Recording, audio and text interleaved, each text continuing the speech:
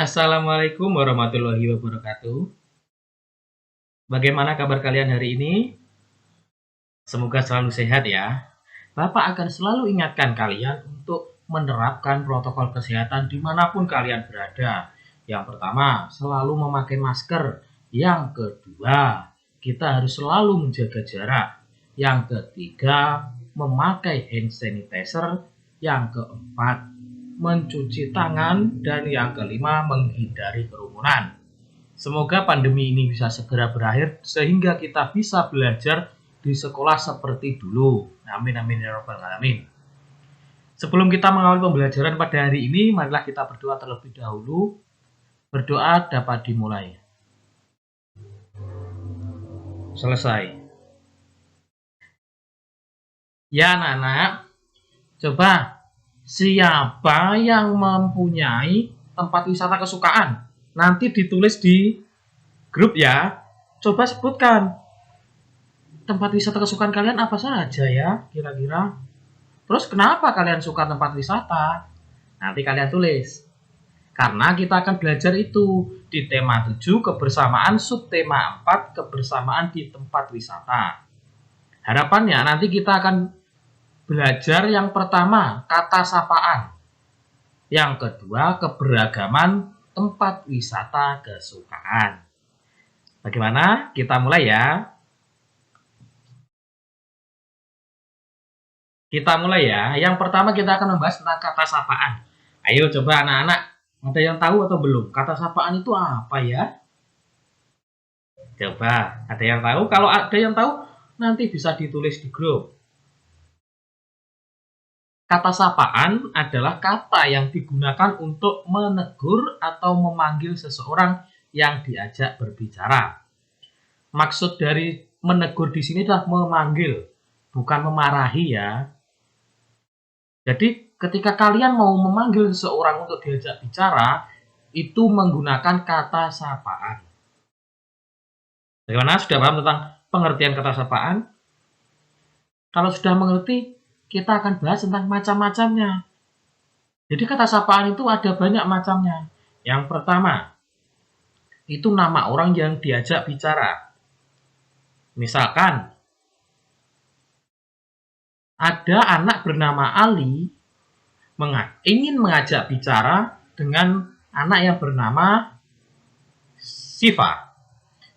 Nah, cara memanggil teman itu untuk diajak bicara bagaimana? Ali mengucapkan, "Hei Siva," seperti itu. Nah, itu merupakan kata sapaan. Berupa nama orang yang diajak berbicara. Yang kedua itu adalah panggilan dalam keluarga. Yang pertama bisa anak, ibu, ayah, kakak, adik, nenek, kakek, dan masih banyak lainnya. Itu nama panggilan dalam keluarga bisa digunakan menjadi kata sapaan. Yang ketiga adalah sebutan untuk seseorang. Misalnya, kalau di cerita dongeng itu biasanya kalau cerita kerajaan ada rajanya, ada permaisuri, ada prajuritnya. Nah, itu yang dinamakan sebutan untuk seseorang. Kita akan lihat contohnya biar kita lebih paham. Nah, di sini yang pertama ada Andi dan Doni. Andi mengatakan, "Hai Doni, kamu mau pergi kemana?" Doninya menjawab, "Aku akan pergi ke kebun binatang." Nah, hai Doni itu merupakan kata sapaan dari percakapan yang pertama. Doni itu merupakan nama dari seseorang yang diajak berbicara. Jadi kata sapanya di hai Doni, seperti itu. Bagaimana? Ada yang masih bingung? Kalau masih bingung nanti ditanyakan di grup WhatsApp. Kita lanjut ke yang kedua. Ini ada percakapan adik dan ibu. "Ayo ibu, aku sudah tidak sabar lagi mau melihat hewan di kebun binatang itu." Ibunya menjawab, "Baik nak, sabar ya, kita harus membeli tiket terlebih dahulu." Ayo coba di mana letak kata sapaan di dialog atau percakapan kedua ini? Letaknya ada di Ayo ibu dan baik nak. Ada dua jadi ya di percakapan ini. Ayo ibu dan baik nak. Ini termasuk dalam panggilan dalam keluarga. Ada ibu, ada anak seperti tadi. Yang ketiga, prajurit ini berbicara. Maaf tuan, kami tidak berhasil mengajak putri untuk kembali ke istana. Kemudian rajanya bilang, baik, tidak apa-apa. Cobalah bujuk putri sampai mau kembali. Nah, di sini adalah sebutan untuk seseorang. Apa sebutannya? Tuan, karena itu adalah rajanya. Maaf tuan, itu kata sapaannya. Bagaimana? Masih bingung atau sudah paham tentang kata sapaan? Jika masih bingung, nanti ditanyakan di grup, kita akan sharing bersama, kita akan bahas bersama sehingga semuanya bisa memahami. Sekarang kita lanjut. Kata sapaan itu jika dalam bentuk tulisan diawali dengan tanda petik. Jadi bisa disebut juga dengan kalimat langsung.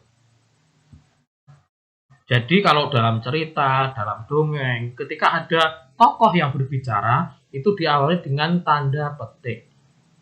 Dan itu namanya kalimat langsung.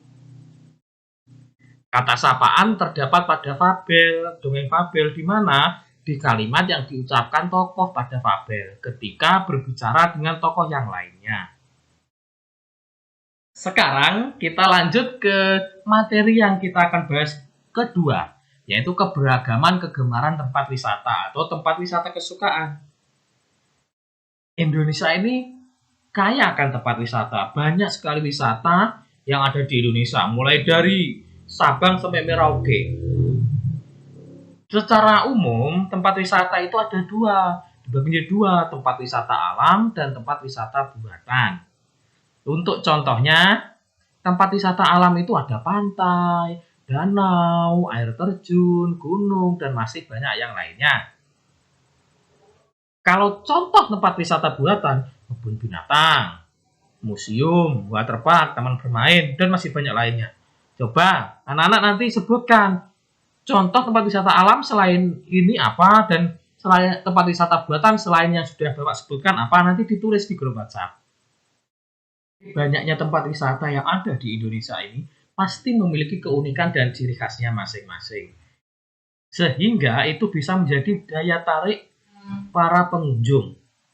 Pengunjung ingin mengunjungi tempat wisata tersebut karena keunikan dan ciri khas dari tempat wisata tersebut. Nah, tempat wisata itu juga bisa dibedakan menjadi tempat wisata edukasi dan rekreasi. Kalau edukasi itu berkaitan dengan kita belajar tentang pendidikan. Kalau rekreasi itu refreshing kita. Jadi tempat wisatanya digunakan tempat refreshing. Contoh tempat edukasi, museum, kemudian planetarium, kita belajar tentang planet-planet, kemudian kebun binatang. Kalau kebun binatang kita belajar tentang hewan. Kita pelajari tentang hewan-hewan yang ada di kebun binatang apa saja, kemudian ciri-cirinya bagaimana. Nah, kalau tempat wisata rekreasi biasanya untuk bersenang-senang ataupun refreshing. Yang pertama waterpark, kolam renang, kemudian pantai, air terjun, dan masih banyak yang lainnya. Nah, kira-kira anak-anak mempunyai tempat wisata kesukaan atau tidak? Coba tuliskan tempat wisata kesukaan kalian. Nanti diamati, apakah tempat wisata kesukaan dari semua siswa itu sama? Pasti tidak, karena apa? Setiap orang memiliki tempat wisata kesukaannya masing-masing, sesuai dengan apa yang dia suka di sana. Di tempat wisata kesukaan, kita bisa melakukan kegiatan yang menarik dan menyenangkan, sehingga kalian suka di tempat wisata tersebut. Nah, ketika tempat wisata kesukaan dari teman-teman kalian berbeda, apa yang harus kalian lakukan? Ayo coba apa? Jika kita memiliki perbedaan tempat wisata kesukaan, kita harus saling menghargai.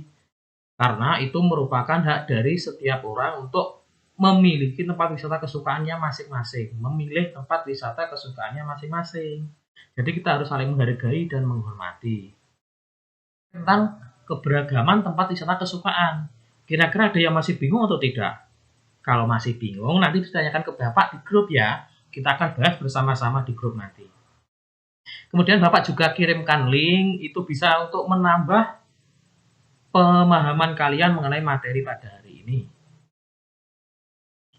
Jika sudah memahami semuanya, Bapak mempunyai tugas untuk kalian. Yang pertama, kalian coba buat percakapan yang ada kata sapaannya. Seperti tadi ada 3 contoh. Bapak ulangi lagi, macam-macamnya. Yang pertama tadi apa?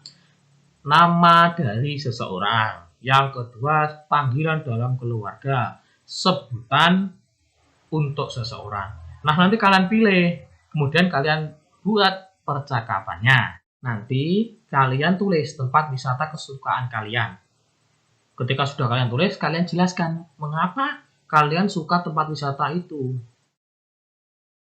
Dan yang terakhir adalah apa yang kalian lakukan di tempat wisata yang paling kalian sukai itu. Bagaimana? Sudah paham? Kalau sudah paham, Bapak akan akhiri video pembelajaran pada hari ini. Nanti kita lanjut di grup WhatsApp, kemudian kita akan sharing di sana. Sebelum kita mengakhiri pembelajaran, marilah kita berdoa terlebih dahulu. Berdoa dimulai. Selesai. Bapak akhiri pembelajaran pada hari ini. Jika Bapak mempunyai salah kata atau perbuatan, Bapak mohon maaf. Wassalamualaikum warahmatullahi wabarakatuh.